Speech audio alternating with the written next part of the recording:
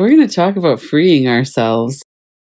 That's a big topic and a wonderful one, especially right now when there's so much going on and there's so many hard things to process.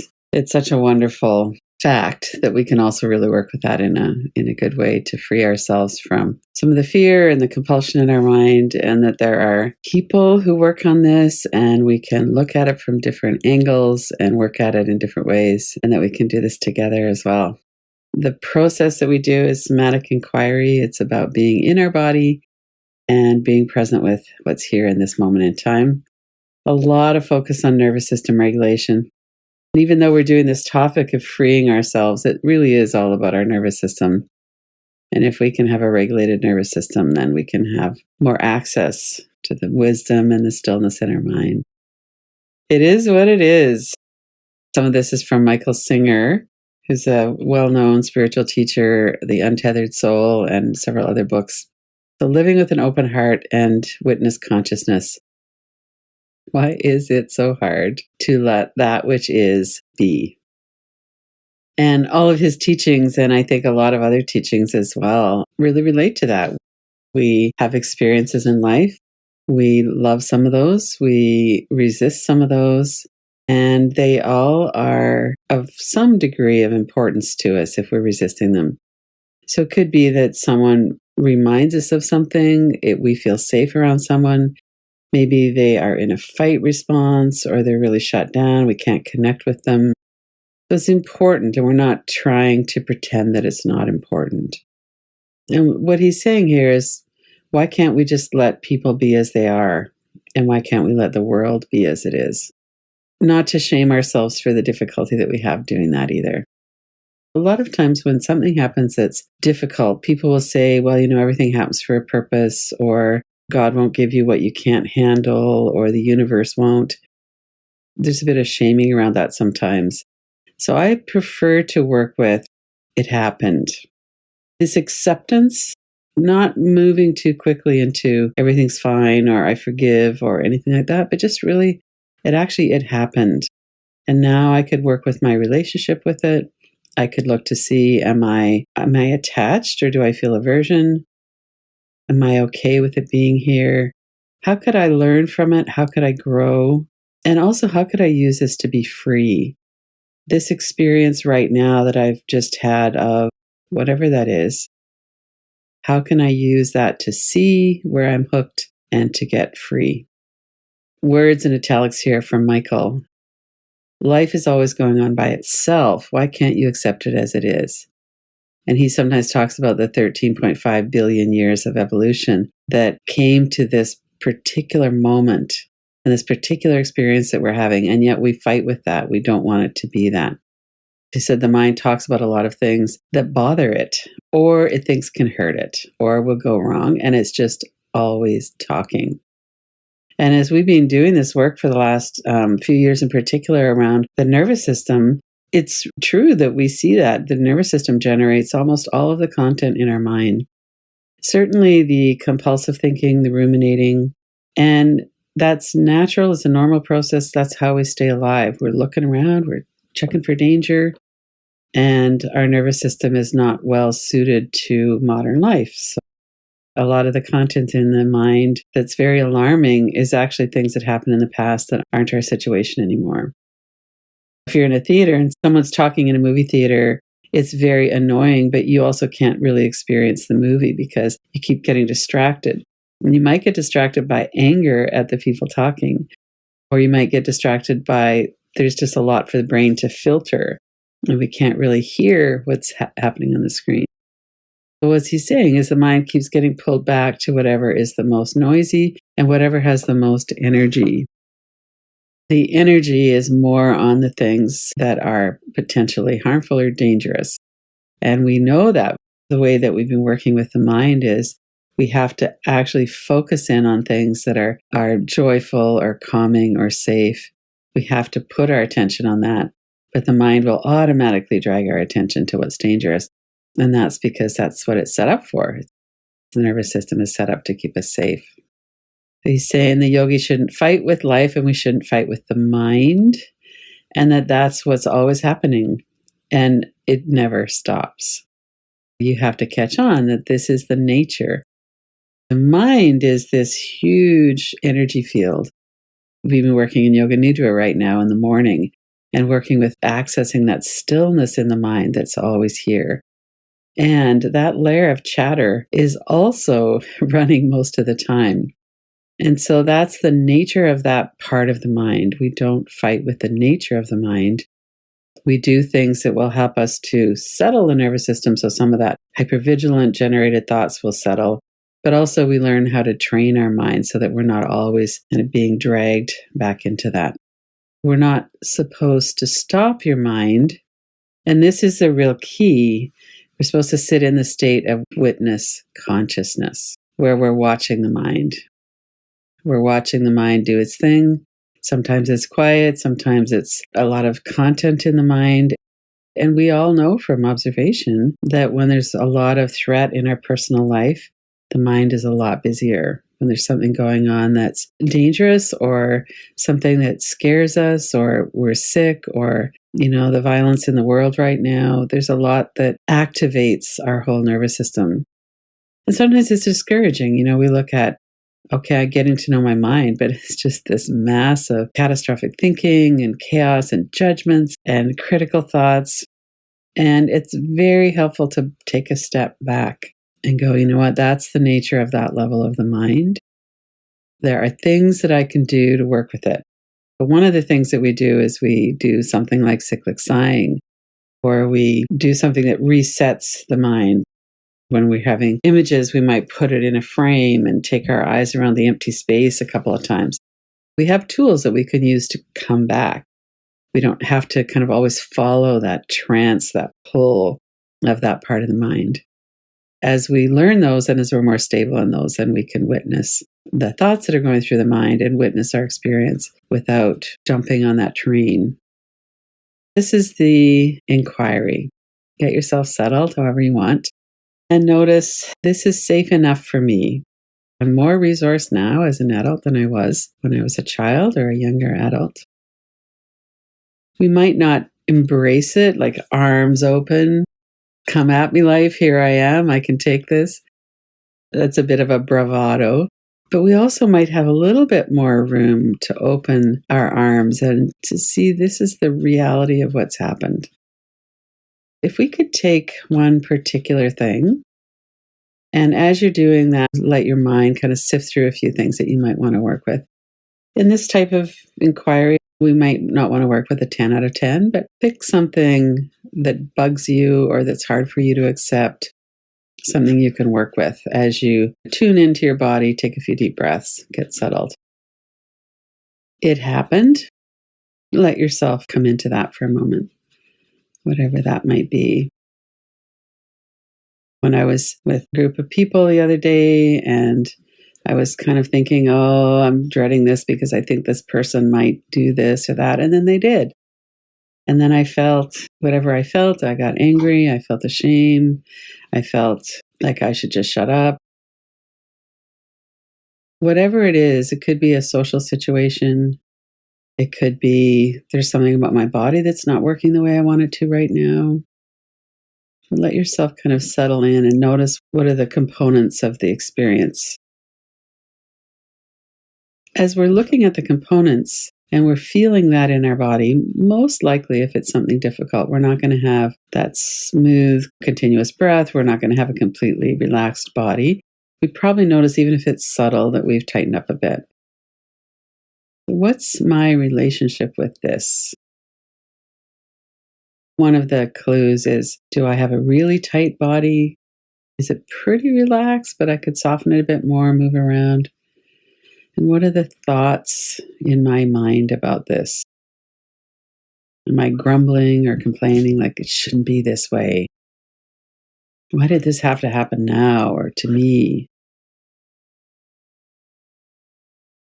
Let yourself have the experience that you're having without trying to change it.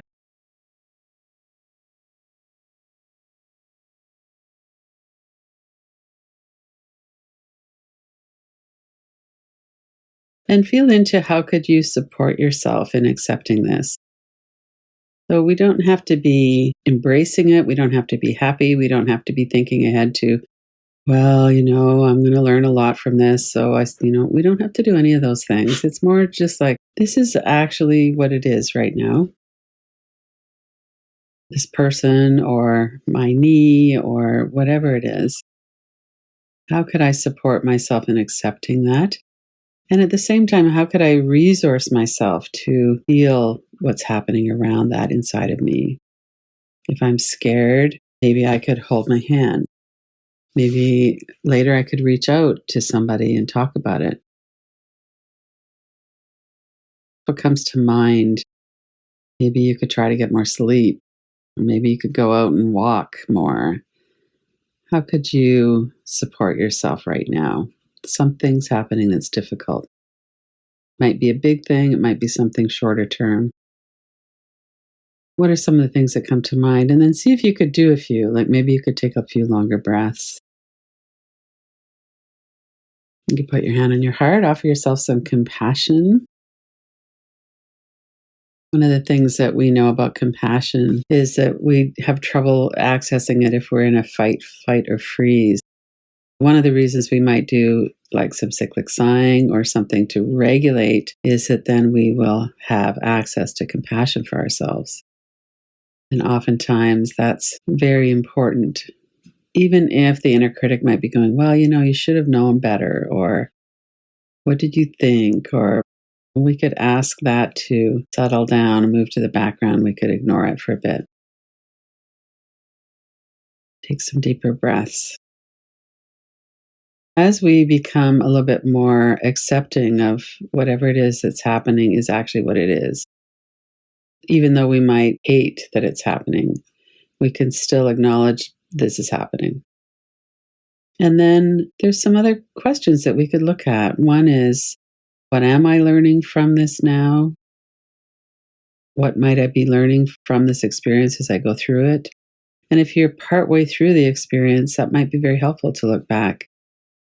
One of the things I've learned from this is that I can't really put off working less. I need to get my time a bit more freed up so that I can walk more and I can have more social fun or whatever that is for you. What have you already learned? And what are you learning from the experience? And let that kind of come forward a bit. Give your mind, your system a moment to bring that forward.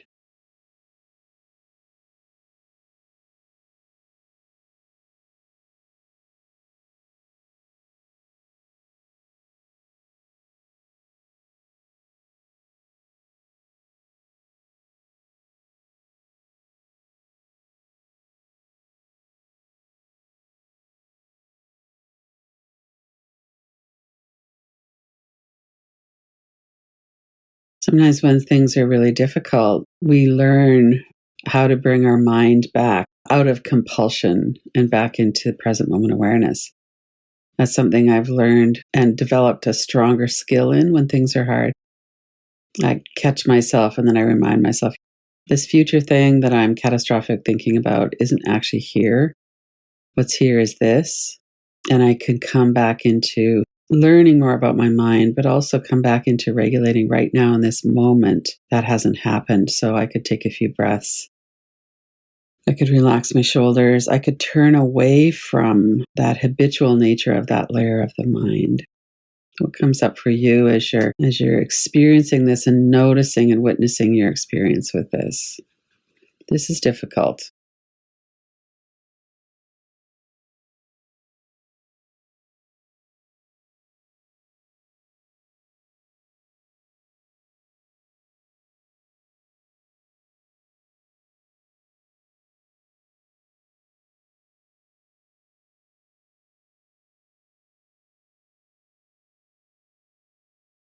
And notice if you're putting a lot of energy into wishing that the experience isn't as it is.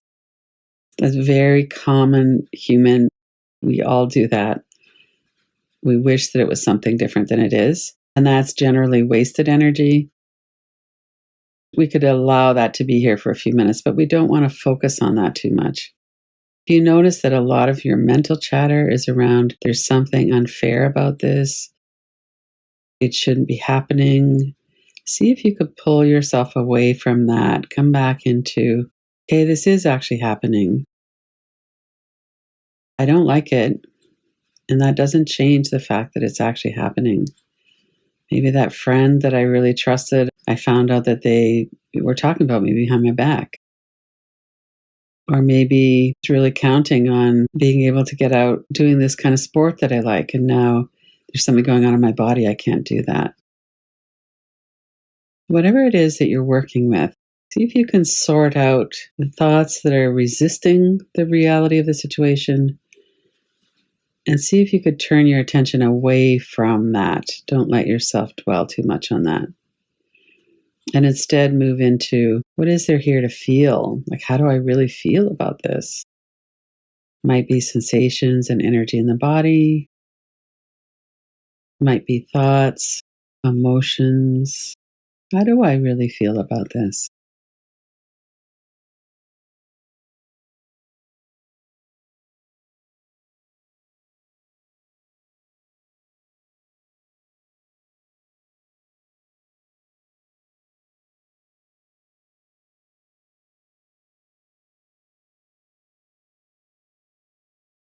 When something's very difficult, we have a hard time staying as a witness because there's a lot of energy there. We get drawn into something.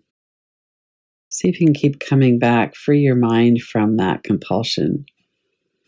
How could I just stay present with this? And we'll do that for another few minutes. And I stay present with what's here and how I feel.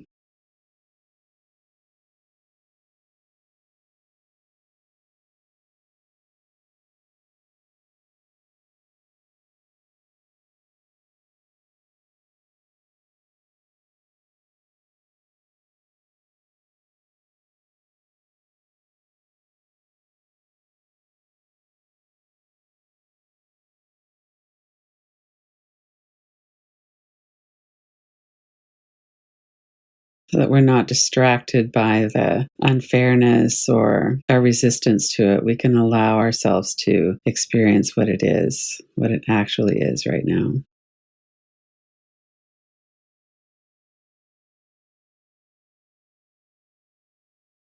We witness our thoughts, our feelings, we learn about what it is. We learn about our relationship to it by the witnessing of it.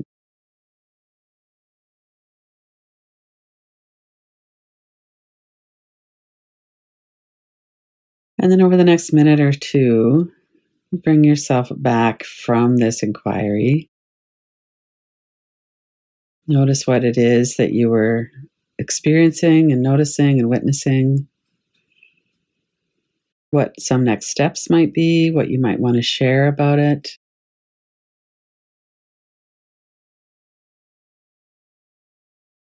How are you going to work with this in a way that will help you to be more free from suffering?